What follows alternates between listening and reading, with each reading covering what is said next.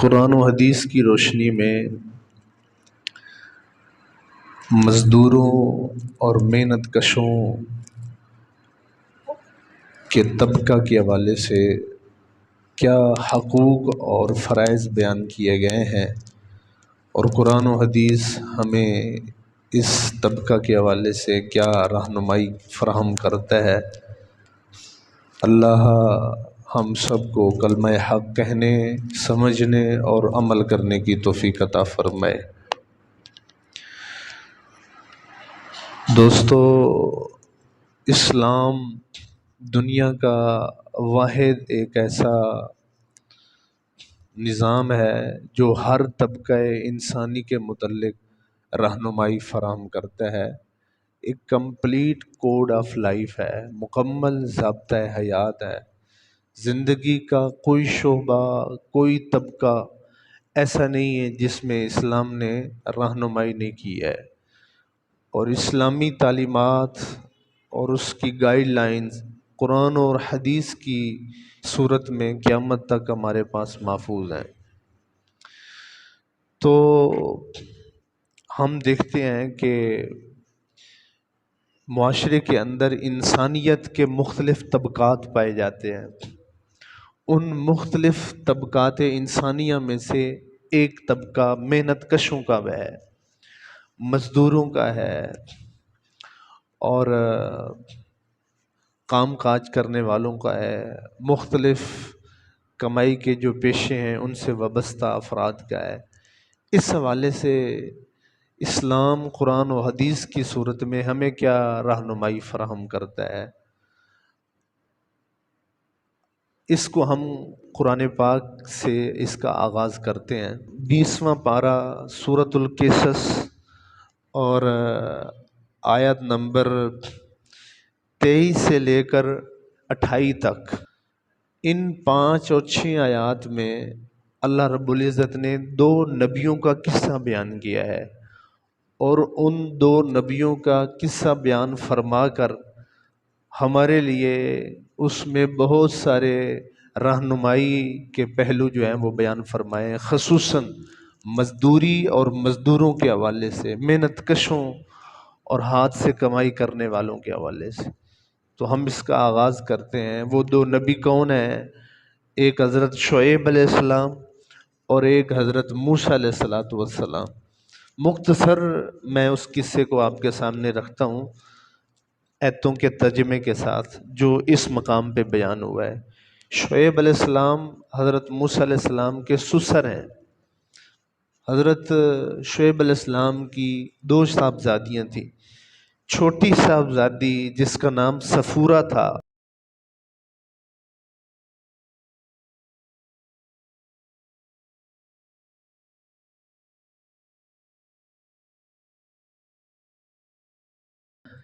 اس کے ساتھ موسیٰ علیہ السلام کی شادی ہوئی تھی۔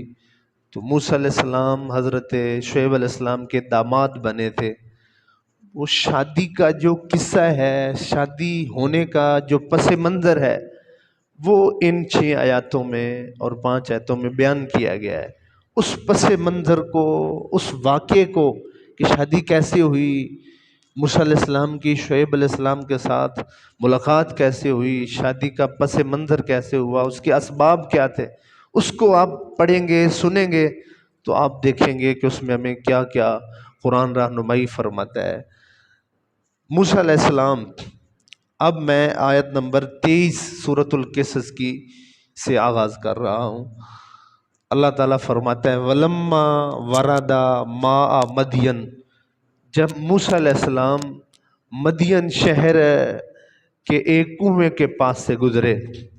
حضرت موسیٰ علیہ السلام اپنے آبائی شہر کو چھوڑ کر فرعون اور فرعونیوں سے جو ہے وہ فساد اور فتنے کے خوف سے بھاگ کر نکلے تھے، آگے مدین شہر کی طرف جا رہے تھے۔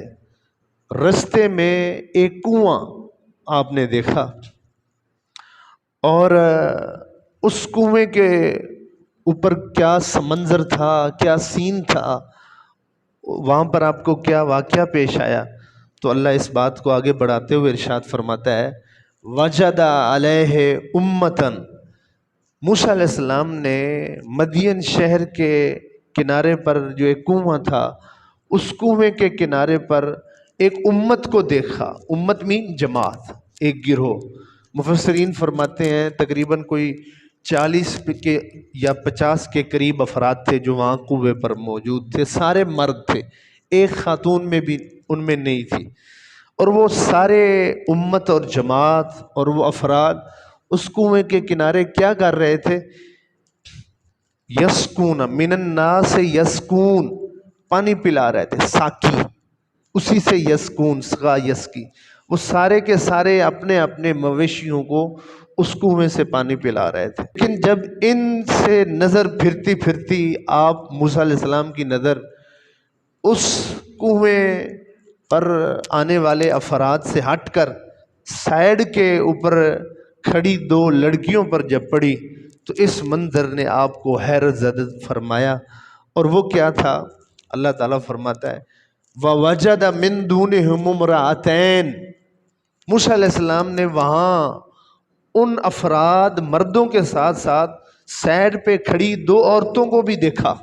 امرأتین، عربی میں ایک خاتون کو امرأتن کہتے ہیں، اور 2 خواتین ہوں تو امرأتین، اور اگر ڈھیر ساری خواتین ہوں تو ان کو عربی میں نساء کہا جاتا ہے۔ نساء سورت، پوری ایک سورت کا نام بھی ہے سورۃ النساء، خواتین کی جو ہے وہ عورت سورت۔ وَوَجَدَ مِن دُونِهُمُ امْرَأَتَيْنِ، 2 لڑکیوں اور خواتین کو موسیٰ علیہ السلام نے وہاں دیکھا۔ اور جب آپ کی نظر ان 2 پر پڑی تو ان کا سین کیا تھا؟ اللہ فرماتا ہے تزودان، ان کے ہاتھوں میں جانور تھے اور وہ جانور کھینچ رہے تھے کنویں کی طرف پانی کی طلب کے لیے، لیکن وہ لڑکیاں اور خواتین ان جانوروں کو کنٹرول کر کے لگاموں کے ذریعے اپنی طرف کھینچ کے کھڑی تھیں، انتظار میں کہ یہ لوگ جائیں اور پھر ہم اپنی ضرورت پوری کریں۔ تو موسیٰ علیہ السلام نے یہ منظر دیکھ کے رہا نہ گیا، آپ فوراً ان خواتین کے پاس آئیں، تشریف لائے اور آپ نے سوال کیا، قال ما خطبکما، آپ نے فرمایا، تم دونوں سے فرمایا اللہ کی بندیوں تمہارا کیا معاملہ ہے، تمہارا مسئلہ کیا ہے، پریشانی کیا ہے، تم یہاں کیوں کھڑی ہو؟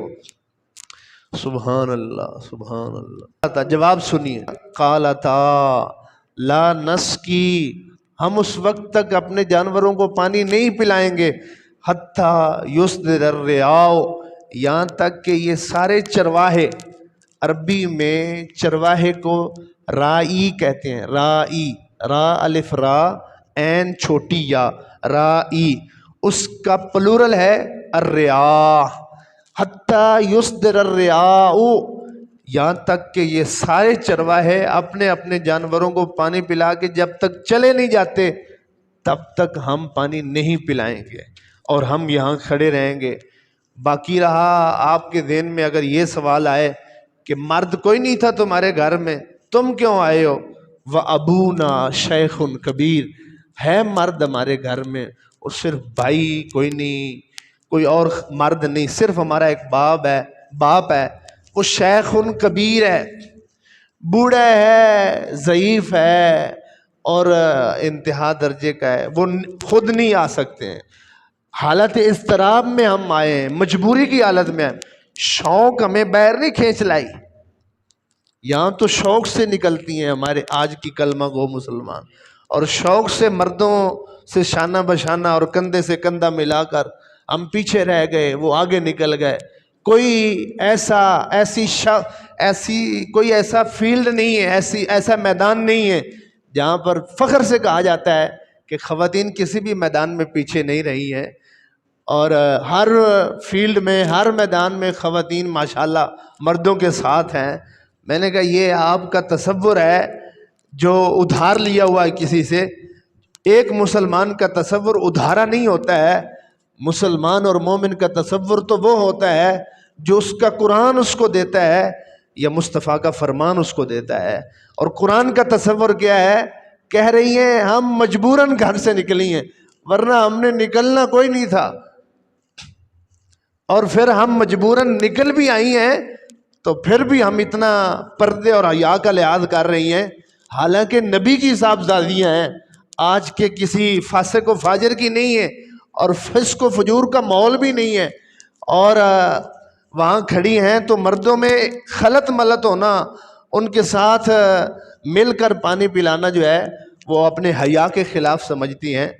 تو حضرت موسیٰ علیہ السلام نے اس موقع پر کیا عمل شریف فرمایا، آپ نے ان سے جانور کو لیا، فسقا لہما، اور خود تشریف لے گئے وہاں پر، اور کنویں سے پانی پلایا، اور پانی پلا کر ثم تولا، جانور ان کے حوالے کیا، اور واپس ہوئے الی الظل، سائے کے نیچے بیٹھ گئے، دھوپ تھی تو ایک درخت کا سایہ تھا وہاں آپ بیٹھ گئے، اور اب جب پانی پلا کر آپ اس سائے کے نیچے بیٹھنے لگے اور وہ خواتین واپس جانے لگیں تو آپ نے تھوڑی اونچی آواز میں ایک دعا پڑھی، اور وہ دعا بھی اللہ نے یہاں پر لکھی جو اگلی آیت میں آ رہی ہے، رب انی لما انزلت الی من خیر فقیر، اللہ آسمان سے جو تو خیر اتارتا ہے اور نازل کرتا ہے، میں ہر خیر کا محتاج ہوں، میں ہر خیر کا ضرورت مند ہوں۔ جب بندے کو کچھ بھی نہ دکھائی دے رہا ہو تب وہ یہ دعا کثرت سے پڑھا کرے، اللہ اس کا رستہ صاف فرما دے گا، مستقبل کو روشن اور آسان فرما دے گا۔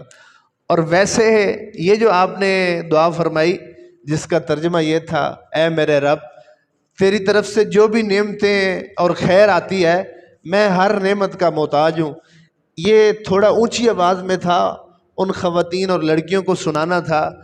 7 دن ہو گئے تھے آپ نے کچھ کھایا نہیں تھا، مسلسل پچھلے شہر سے سفر سے نکلے ہوئے تھے، آپ کو اللہ کی نعمت سے کچھ پانی کی صورت میں یا کھانے کی صورت میں طلب تھی جو آپ نے ان کے ذہن میں ڈال دی تھی، اور یہی اشارہ لے کر جب وہ دونوں لڑکیاں گھر میں آئیں تو باپ شعیب علیہ السلام تھے ان خواتین کے، انہوں نے پوچھا بیٹا آج تم اتنا جلدی آ گئے ہو؟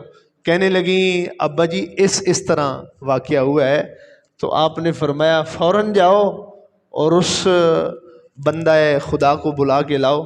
ان دونوں میں سے جو بڑی تھی وہ فجاءت ہو احداہما، وہ آئیں، اور کس طرح آئیں، کس انداز میں آئیں اور کس انداز سے موسیٰ علیہ السلام کو بلا کر لے گئیں، وہ اگلی آیت میں اللہ نے اس کی منظر کشی کی۔ فجاءت ہو احداہما، ان دونوں میں سے ایک لڑکی آئی، تمشی، کیسے چل رہی تھی، کیسے آ رہی تھی، نبی کی بیٹی ایک نبی کی طرف کیسے آ رہی تھی، سبحان اللہ سبحان اللہ۔ کہتے ہیں بات کرنے سے کیا ہوتا ہے، آمنے سامنے بیٹھنے سے کیا ہوتا ہے، دل صاف ہونا چاہیے، تو دیکھنے سے کیا ہوتا ہے، بات کرنے سے کیا ہوتا ہے، کچھ بھی نہیں ہوتا ہے۔ ایک نبی کی بیٹی جو شعیب علیہ السلام کی بیٹی تھی، دوسرے نبی کی طرف جو کہ موسیٰ علیہ السلام تھے، آ رہی ہے، کس انداز میں آئی اور کس انداز میں ان کو لے کر گئی، وہ انداز اللہ نے یہاں لکھا ہے۔ اس کے بعد میرے خیال ہے کسی کی ضرورت نہیں ہے، وہ بندہ جس میں تھوڑا سا بھی حیا، ایمان ہے، کیونکہ اگر حیا نہیں تو ایمان نہیں ہے، الحیاء من الایمان، اور اگر حیا نہیں تو ایمان نہیں ہے، اور جس میں ایمان ہے اس میں حیا ضرور ہوتا ہے۔ تو اللہ فرماتا ہے تمشی علی استحیاء، سر سے لے کر پاؤں تک اس کی چال میں حیا تھا، تمشی علی استحیاء، علی استحیاء، صرف اس کے جسم پر، اس کے چہرے پر، اس کے سر پر دوپٹہ، برقع، سکاف، چادر نہیں تھی، سکاف چادر یہ اس میں لپٹی ہوئی تھی، لیکن چادروں میں کتنی لپٹی ہوتی ہیں، برقعوں میں کتنی اوڑھنیاں اوڑھ کے چادروں سر پہ چادر ڈال کے نکلتی ہیں، لیکن ان کے چال میں، انداز میں، گفتار میں، کردار میں انتہائی بے شرمی ہوتی ہے، بے حیائی ہوتی ہے، اور لوگوں کو برائی اور زنا کی دعوت دے رہی ہوتی ہیں، حالانکہ وہ چادروں اور برقعوں میں لپٹی ہوتی ہیں۔ تو اللہ کیا فرماتا ہے، نبی کی بیٹی آئی تمشی علی استحیاء، کہ جو سر سے لے کر پاؤں تک چادر اور کپڑوں میں ملبوس تھی، با پردہ تھی، لیکن اس کی چال میں، اس کے ایک ایک بول میں، لفظ میں حیا نظر آتا تھا، حیا چھلکتا تھا۔ اور آ کے کہتی ہے قالت کہا ان ابی یدعوک، اے بندہ خدا میرا باپ تجھے بلا رہا ہے، لیجزیک اجر ما سقیت لنا، تاکہ آپ کو اجرت دے اس کام کی جو آپ نے پانی پلایا ہے ہمارے جانوروں کو۔ حالانکہ موسیٰ علیہ السلام نے اجرت کے لیے یہ کام نہیں کیا، تو انہوں نے تو نیکی کے لیے کیا۔ میرا باپ آپ کو اجرت دینا چاہتا ہے، آپ نے یہ جو کام کیا ہے۔ یہ قرآن ہمیں تعلیم دیتا ہے کہ شعیب علیہ السلام اور نبیوں کی طریقہ اور سنت تھی کہ وہ اتنا چھوٹا سا کام بھی کوئی آپ کا کرتا ہے اس کی بھی اجرت اور مزدوری نہیں رکھتے تھے، اور جس کو آپ نے اسپیشل اجرت اور مزدوری پہ لایا ہے اور پھر آپ سارا کھا جاتے ہیں، وہ بیچارہ آپ کے پیچھے اپنی اجرت اور مزدوری مانگتا رہتا ہے، تھک کے کھاتا رہتا ہے، اس کا پھر کیا عالم ہوگا۔ فلما جاءہ، اب موسیٰ علیہ السلام اس کی دعوت پر اس کے ساتھ چلنے لگے۔ اب اس کے چلنے کا انداز کیا تھا؟ موسیٰ علیہ السلام ساتھ چلے، وہ خاتون آگے چلنے لگی کیونکہ اس نے رستہ بتانا تھا، موسیٰ علیہ السلام نبی پیچھے چلنے لگے۔ ہوا کی وجہ سے اس لڑکی کے کپڑے اور چادر اور برقع اور سقاف اڑنے لگا، اوپر نیچے ہونے لگا۔ موسیٰ علیہ السلام کی حیا نے، ایک نبی کی حیا نے یہ گوارا نہ کیا۔ جن کپڑوں کو دیکھ کر آپ کے دل میں برائی کا خیال پیدا ہو، شرعاً ان کپڑوں کو دیکھنا بھی حرام ہے، اور نظارے کرنا تو دور کی بات ہے، اور منظر اور ماشاءاللہ وہ تو بڑی دور کی بات ہے۔ ہر وہ منظر جو آپ کے دل میں برائی کا خیال پیدا کرے، اسلام اس منظر کو نظر کرنے سے منع کرتا ہے۔ اور موسیٰ علیہ السلام نے اس خاتون سے حیا بھرے انداز میں فرمایا آپ میرے آگے نہ چلیں، آپ میرے پیچھے چلیں، میں آپ کے آگے چلتا ہوں، اور آپ جب جس طرف جانا ہے، جہاں سے ہم نے لیفٹ رائٹ ٹرن کرنا ہے، مڑنا ہے، آپ نے بولنا بھی نہیں ہے، آپ نے صرف مجھے کنکری اور پتھر سے اشارہ کر دینا ہے پھینک کے، اب ادھر ہو جاؤ، اب ادھر ہو جاؤ، اب ادھر ہو جاؤ، اب ادھر ہو جاؤ، اب ادھر ہو جاؤ۔ آواز کا بھی پردہ رکھنا ہے، اور اپنے چلنے اور انداز کا پردہ ہو گیا کہ آپ میرے پیچھے چلیں گے۔ آواز کا بھی پردہ اور چال کا بھی پردہ۔ یہ قرآن بتاتا ہے کہ پہلے نبیوں کے گھر کی یہ سیرت تھی۔ جو اسلام خاتون کو اذان دینے سے منع کرتا ہے، لبیک اللہم لبیک اونچا کہنے سے منع کرتا ہے، صفا مروہ کے درمیان دوڑنے سے منع کرتا ہے، جماعت کرانے سے منع کرتا ہے، وہ کہاں پسند کرے گا کہ گانا گائے، میوزک ہو، میراتھن ریس ہو، کرکٹ میں جائے، فٹ بالر بنے، ایکٹر یا ایکٹریس بنے، اور کہاں کہاں وہ شمع انجمن بنی پھرتی رہے، اور مارکیٹ کا ایک بازار اور اشتہار بنی پھرتی رہے۔ فلما جاءہ، جب موسیٰ علیہ السلام تشریف لائے، وقص علیہ القصص، موسیٰ علیہ السلام نے اپنی سارا واقعہ شعیب علیہ السلام کو بتایا۔ قالا، شعیب علیہ السلام نے فرمایا لا تخف، ڈریے مت، خوف نہ رکھیے، نجوت من القوم الظالمین، اللہ آپ کو قوم ظالموں سے نجات دے گا۔ باقی رہی بات، اپنے موضوع پہ آئیے۔ قالت، وہاں موجود لڑکیوں میں سے ایک بیٹی نے کہا، احداہما، جو وہاں، یا ابت استاجرہ، اے میرے ابا جی ان بندہ خدا کو گھر پر اجرت کے لیے رکھ لیجئے، کیوں ہمارے گھر میں کوئی بندہ تو ہے نہیں کہ جو بہر کے کام کرے، آپ ضعیف ہیں، شیخ کبیر ہے، ہم خواتین ہیں اور باپردہ ہیں، تو بہر کے کام کاج کے لیے انہی کو ہی رکھ لیجئے۔ اور ان کو کیوں رکھنا ہے، ساتھ وجہ بھی بتائی جو اللہ نے قرآن میں لکھی۔ ہر بندہ اپنے گھر میں، اپنے کام کاج میں محنت مزدوری پر، گھر کے کام کاج کے لیے جب رکھتا ہے تو اپنا اپنا سٹینڈرڈ ہوتا ہے، یہ معیار ہوتا ہے، اس طرح کا بندہ ہم رکھیں گے۔ شعیب علیہ السلام نے بہر کے کام کاج کے لیے جو گھر میں بندہ رکھا موسیٰ علیہ السلام کی صورت میں، شعیب علیہ السلام نے پوچھا بیٹی اسی کو ہی گھر میں اجرت کے لیے کیوں رکھنا ہے، کوئی اور کیوں نہیں رکھنا، اس کے اندر کیا کوالٹی اور خصوصیات ہیں جو اس کو اس کام کے رکھنے پر زیادہ موزوں اور مناسب ہے؟ تو بیٹی نے جواب دیا جو اللہ نے قرآن میں لکھا، ان خیر من استاجرت القوی الامین، اس کے اندر دو خوبیاں ہیں۔ نمبر 1 القوی، یہ قوی ہے، صحت مند ہے، تندرست ہے، توانا ہے، جسمانی طور پر ہمارے جتنے بھی بہر کے کام ہیں وہ یہ بآسانی کر سکتا ہے۔ آپ نے گھر میں محنت پہ مزدوری پہ کوئی مزدور رکھنا ہے تو ایک لاغر اور ضعیف قسم کا مزدور لا کے آپ کام پہ لگا دیں، وہ اپنا آپ نہیں سنبھال سکے گا، آپ کا کام کیا کرے گا؟ اوپر سے آپ کو بھی پریشانی میں مبتلا کرے گا، لا محالہ آپ کو برے بھلا اس کو کہیں گے، آپ کے دل میں اس کے بارے میں اس طرح کے خدشات اور جو ہیں وہ باتیں نکلیں گی، غیر اخلاقی اور غیر مناسب رویہ آپ اس سے اپنائیں گے کہ وہ کام صحیح نہیں کر رہا۔ تو پہلی بات القوی، یہ قوت والا ہے، مضبوط ہے، توانا ہے۔ نمبر 2 الامین، القوی الامین، یہ امانت دار بڑا ہے۔ کسی کی امانت داری اور اچھا اخلاق دیکھنا ہو تو اس میں حیا دیکھ لو۔ اس سے بڑی امانت کیا ہے؟ عزت جیسی دولت کسی کے سپرد کی جائے اور اس میں خیانت نہ کرے۔ عزت جیسی، ہاتھ سے خیانت کرنا تو دور کی بات ہے، وہ نظر بھی خائن نہیں ڈالتا ہے، نظر سے بھی خیانت نہیں کرتا ہے کہ میں خیانت والی نظر اور بے شرمی اور بے حیائی والی نظر ہی ڈال لوں۔ جو عزت جیسی دولت پر بھی اتنی خیانت کا بھی روا نہیں رکھتا ہے کہ وہ بری نظر بھی ڈال سکے، بتاؤ وہ کتنا امانت دار ہوگا، وہ کتنا جو ہے ایمان والا اور اچھے اخلاق والا ہوگا۔ اور اس پر دلیل کیا ہے؟ وہ دلیل موسیٰ علیہ السلام کے بارے میں حضرت آپ کی بیٹی نے اپنے والد کو سنائی کہ اس طرح آتے آتے انہوں نے مجھے کہا میرے پیچھے چلو، اور مجھے جو ہے خود کو آگے رکھا اور کہا پتھر کے اشارے سے اس طرح، تو مجھے لگا کہ یہ کتنا امین ہے، القوی الامین، اس کو اجرت پر رکھ لیجئے۔ شعیب علیہ السلام نے موسیٰ علیہ السلام سے کیا کہا؟ قال، آپ نے فرمایا انی اریدو ان کے حقا۔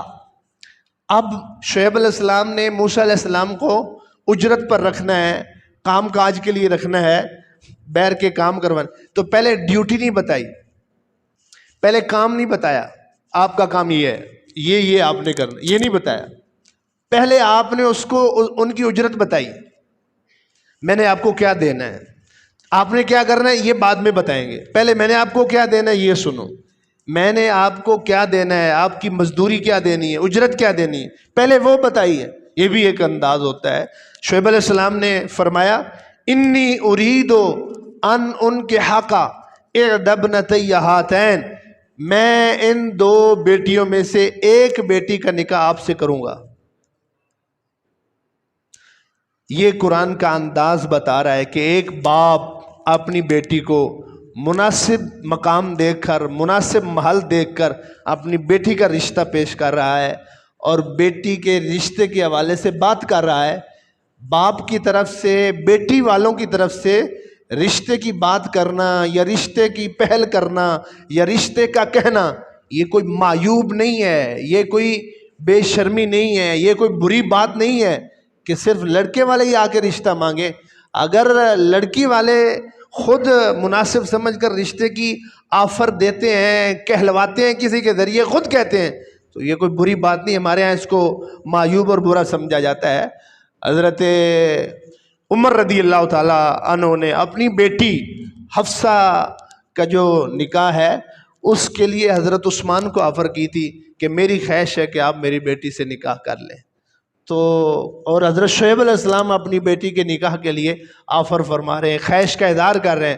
حضرت موسیٰ علیہ السلام، میں آپ سے اپنی ایک بیٹی کا نکاح کروں گا، کس بات پر؟ الا انتا جورانی ثمانیہ حجج، آپ 8 سال جانور اور جو ہمارے ہاں یہ کھیتوں کا کام کریں، مزدوری کریں، 8 سال، ثمانیہ حجج، 8 سال۔ فَإِنْ أَتْمَمْتَ عَشَرًا فَمِنْ عِنْدِكَ، اور 8 سال تو پورے کرنے کے بعد اگر آپ مزید احسان کرتے ہوئے 2 سال آپ اور ہمارے پاس کام کریں گے تو یہ آپ کی طرف سے احسان ہوگا۔ اور یہ جو میں آپ کو ڈیوٹی دے رہا ہوں، وَمَا أُرِيدُ أَنْ أَشُقَّ عَلَيْكَ، یہ جتنی ڈیوٹی آپ کے سپرد کی، جتنا کام آپ کے سپرد کیا، میں اس میں کسی قسم کا آپ کو مشقت میں نہیں ڈالنا چاہتا، آپ کی طاقت سے زیادہ آپ پر بوجھ نہیں ڈالنا چاہتا ہوں، اور مجھے بڑی امید ہے ستجدنی انشاءاللہ من الصالحین، مجھے بڑی امید ہے انشاءاللہ آپ نیکوکار ثابت ہوں گے اور آپ صالحین میں سے ہوں گے۔ موسیٰ علیہ السلام نے آگے سے اس آفر کے بعد کہا قال ذالک بینی و بینک، میرے اور آپ کے درمیان یہ ایگریمنٹ طے ہو گیا، معاہدہ پورا ہو گیا۔ ایما الاجلین قضیت فلا عدوان علیہ، میں یہ مدت پوری کروں گا، واللہ علی ما نقول وکیل۔ فلما قضا موسیٰ الاجل، جب وہ مدت جو 8 سال تھی وہ بھی موسیٰ علیہ السلام نے پوری کی اور اوپر سے 2 سال اور بھی لگائے، 10 سال پورے کیے، تو حضرت شعیب علیہ السلام نے اپنی بیٹی کا نکاح ان سے فرمایا۔ بس اس واقعے کی روشنی میں آپ ایک دو باتیں ہیں جو ہمارے اصل خطبے کے اور موضوع کے حوالے سے ہیں۔ ضمناً ایک بات یہ دیکھیں، نکاح اتنا مقدس رشتہ ہے جس کو پانے کے لیے، حاصل کرنے کے لیے ایک نبی نے 10 سال مزدوری کی ہے، اور زنا اتنا ذلیل ترین اور خبیث ترین کام اور گناہ ہے جس سے بچنے کے لیے ایک نبی یوسف علیہ السلام نے 9 سال جیل میں رہے۔ اللہ امت کو اور ہم سب لوگوں کو حلال اور مقدس رشتے آسان فرمائے ان کا حاصل کرنا، اور حرام اور زنا جیسی خباثتوں سے اللہ ہم سب کو ہر وقت محفوظ رکھے۔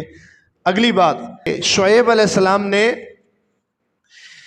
موسیٰ علیہ السلام کو کام پر رکھنے سے پہلے اجرت طے کی کہ میں آپ کو اس کام کی اجرت کیا دوں گا، میں آپ کو اس کام کا معاوضہ کیا دوں گا۔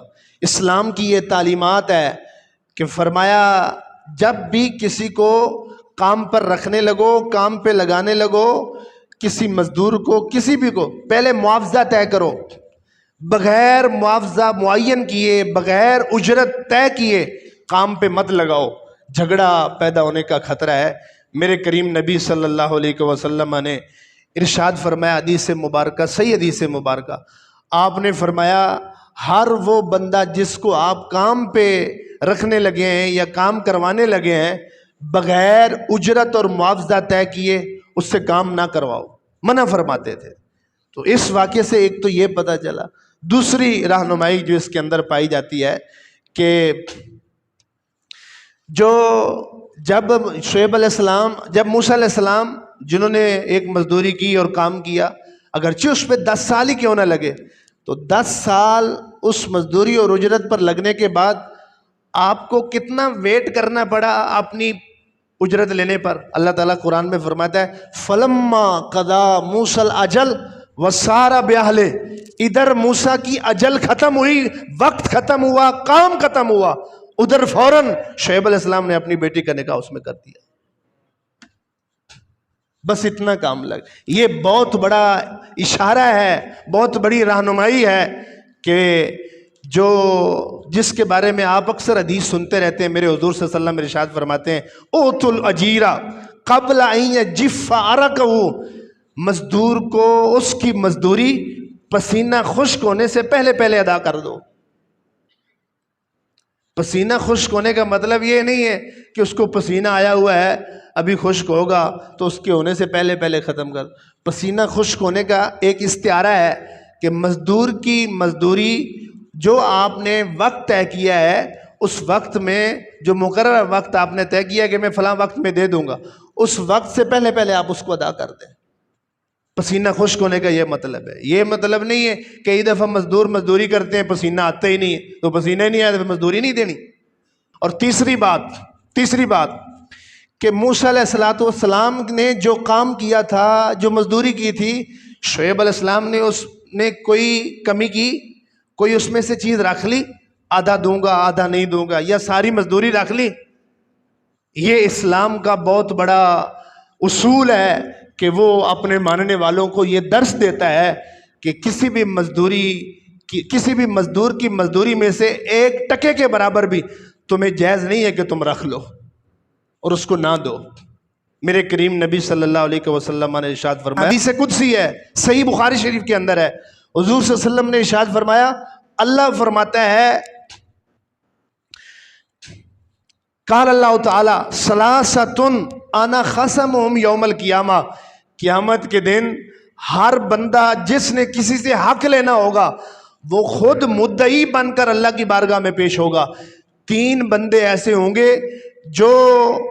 جنہوں نے حق لینا ہوگا، اور ان 3 بندوں کی طرف سے خود رب مدعی بن کر پیش ہوگا، رب قسم بن کر پیش ہوگا کہ یہ بندے 1 2 3 اس طرح کے کیٹیگری والی 3 بندے جو ہیں یہ مدعی بن کر پیش نہیں ہوں گے، آپ کی طرف سے میں خود اس بندے سے حق لوں گا جس سے آپ نے حق لینا ہے۔ سمجھو، جب رب خود ان کی طرف سے حق لینے کے لیے آپ کو سامنے کھڑا کرے گا، کون بچائے گا؟ کیسے بچ سکو گے؟ 3 بندے کون سے ہیں؟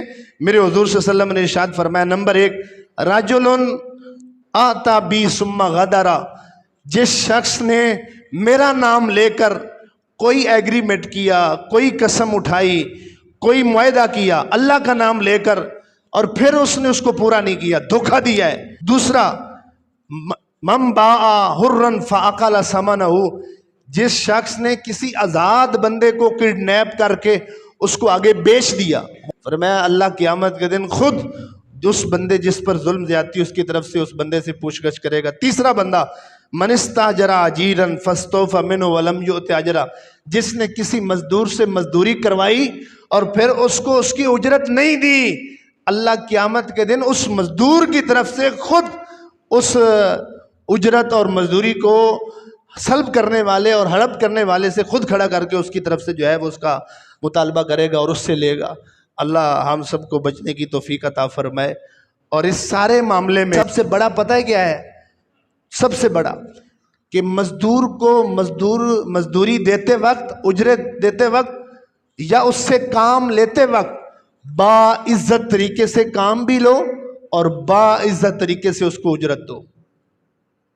اگر باعزت طریقے سے آپ کام نہیں لیتے، باعزت طریقے سے اجرت نہیں دیتے، بات بات پہ گالی دے رہے ہیں، بات بات پہ برا بھلا کہہ رہے ہیں، گالم گلوچ کے بغیر بات ہوتی نہیں ہے، اپنے متحتوں سے، اپنے خادموں سے، اپنے نوکروں سے، اپنے گھر سے کام کرنے والوں سے، اپنے مزدوروں سے سخت لفظ، گالم گلوچ، اس کے بغیر بات ہی نہیں ہوتی، باعزت طریقے سے نہ کام لیتے ہیں، اور جب اجرت دینے کی بات آتی ہے تو پھر پتہ نہیں کیا کیا جو ہے غیر اخلاقی آپ الفاظ جو ہے وہ کستے ہیں اور غیر اخلاقی رویہ اپناتے ہیں۔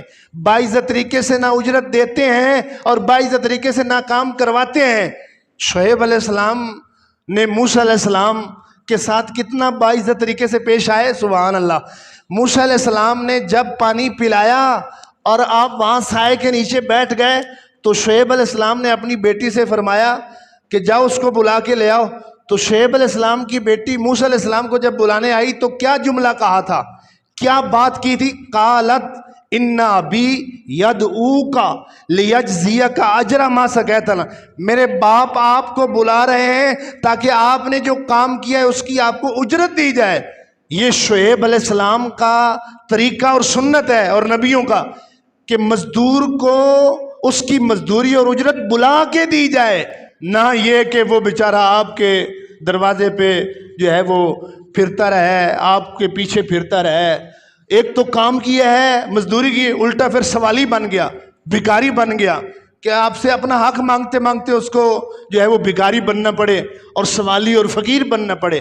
پہلے نبیوں کا طریقہ تھا کہ وہ مزدور کو اس کی مزدوری اور اجرت بلا کر دیتے تھے۔ جب کائنات میں نبیوں کے نبی تشریف لائے، میرے اور آپ کے حضور تشریف لائے، تو حضور مزدور کو مزدوری بلا کر نہیں، اجرت بلا کر نہیں، آپ نے جو فلسفہ دیا، آپ نے جو مزدوروں کو ان کا حق اور باعزت طریقے سے ان کو جو ہے عزت اور تاج پہنایا، وہ کیا تھا؟ فرمایا بلا کر نہیں، خود جا کر ان کو مزدوری دی جائے، بلا کر نہیں، خود جا کر ان کو مزدوری دی جائے۔ اور یہ اس حدیث پاک میں حضور نے فرمایا کہ مزدور کو اس کے پسینہ خشک ہونے سے پہلے اس کو جا کر اس کو مزدوری دو، خود جا کر اس کو دینے کا جو ہے وہ تصور پیش کیا گیا ہے کہ آج کا مسلمان یہ کہتا ہے کہ یہ ساری باتیں اسلام، قرآن، حدیث صرف مسجد میں وعظ کے طور پہ بیان کیا جائے، نظام کے طور پہ نہ لایا جائے۔ قرآن و حدیث کو، مکہ و مدینہ کی باتیں اسلام میں مسجد میں وعظ اور خطبوں میں بیان کی جائیں۔ نظام کفر کا رہنا چاہیے، نظام جو ہے وہ دوسرا رہنا چاہیے۔ اللہ ہم سب کو، پوری امت کو جس طرح دین قرآن پر عمل کرنے کے ساتھ ساتھ اس کا نظام جو ہے اس کے لیے جد و جہد کرنے کی توفیق عطا فرمائے۔